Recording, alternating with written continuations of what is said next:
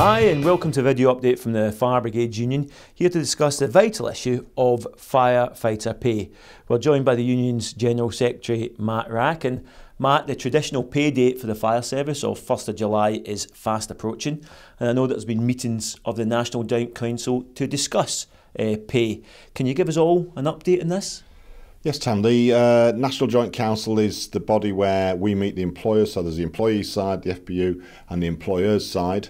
And it's a UK-wide body, and we met recently in Belfast, including discussions about where we were up to on pay.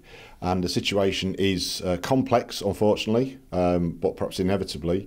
We have been lobbying governments, and we're dealing with 4 governments, we need to remember, in Northern Ireland, in Scotland, in Wales, and at Westminster, and probably the Westminster holds the key to it, for additional resources for the fire service.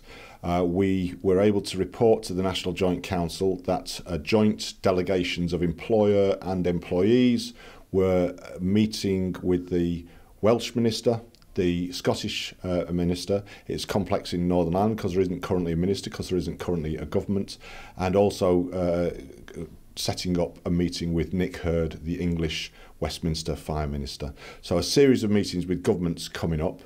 We're also aware that the employers are in the process of consulting with the employers' side. So not all employers sit on the National Joint Council. They are represented on the National Joint Council.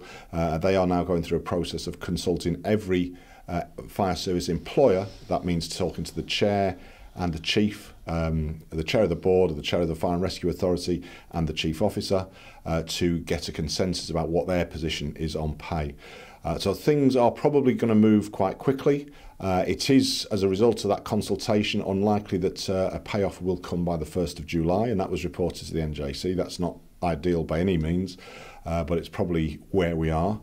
And we will obviously need to report as quickly as possible to members and to the Executive Council and so on, developments over the next few weeks. Okay, Matt, well, it certainly does sound complex. Now, previous discussions have centred around pay linked into what's been called a broadening of the role of firefighters. Is this still happening? And actually, can you remind us, what does this broadening of the role actually mean? Yeah, I think broadening the role has caused some confusion. There are different aspects to it, some more complicated than others. And I think that the situation is that we have a bit of a fragmented picture across the country. So in our view, there are already members who are working beyond their role in different fire and rescue services. The employers in some cases agree with us, in some cases the employers don't agree with us. They would argue it's within the role. So this might be cases where the fire service has introduced new areas of work. Our members, for whatever reason, have taken that work on, and we believe it's probably not within the role map. In some cases, members are being paid for it. In other cases, members might not be being paid for it. So we have a whole mishmash of situations across the country. We then have other areas where it's more clear-cut that our members aren't required to do it. So the EMR debate, for example, we've won legal cases around that, and that's more clear-cut. And then there's another complicated one around MTFA, where again, there's probably differences of opinion between us and some employers as to whether that is contractual or not. But also the question of whether this applies simply to small specialist teams or to all firefighters who might have to respond to that type of incident. So there's a whole complexity around it, and one of the reasons for the discussion is actually to clarify the position. So it's not just about broadening the role, it's about saying what people are already doing and saying, we think we're doing things beyond our contracts already and we want paying for that. So those are the sort of discussions that we've been having over a long period, and that's included surveying fire services about what work firefighters are or are not doing. So basically, if our members are expected to do additional work, what you're saying is they should be getting paid for that. Absolutely. That's the basis of these discussions. If people want us to do additional work, then fine, we'll discuss that. Maybe we don't agree to it, but we will discuss it. But equally, we want to know, what does that mean in terms of how do you want us to do additional work? What are the standards that we work to? And secondly, what is the payment that might be related to that? Okay, Matt, well, I suppose when we have to talk about pay, we have to understand the context of all this in recent years. So we've had pay restraint, we've had austerity, we've even had pay caps.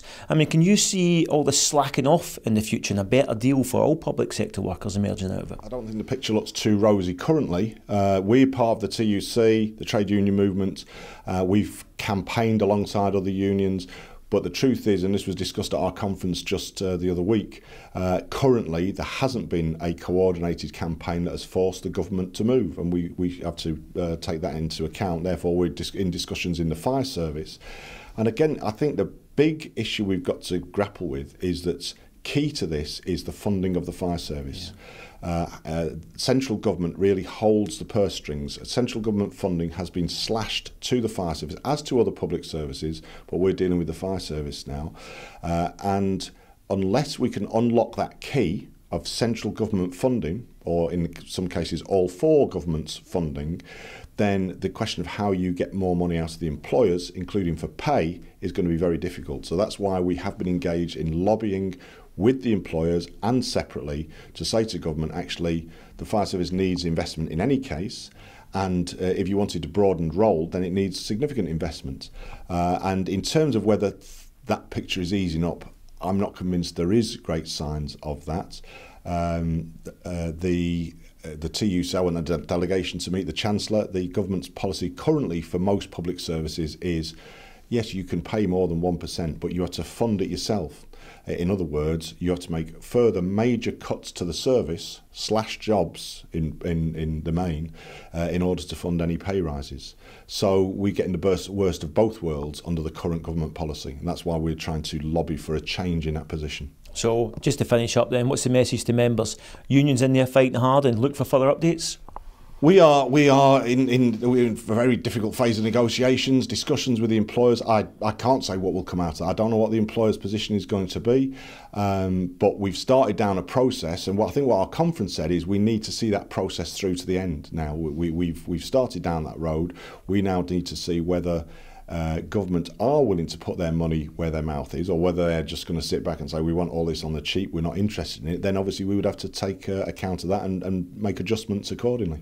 Matt, thanks very much indeed. Well, for more updates on the vital issue of pay, please follow our website, and that's www.fbu.org.uk. And for more quicker updates on the day-to-day work of the union, you can also follow us on Twitter, and that's simply @FBU National. Until next time, thanks, and thanks, Matt.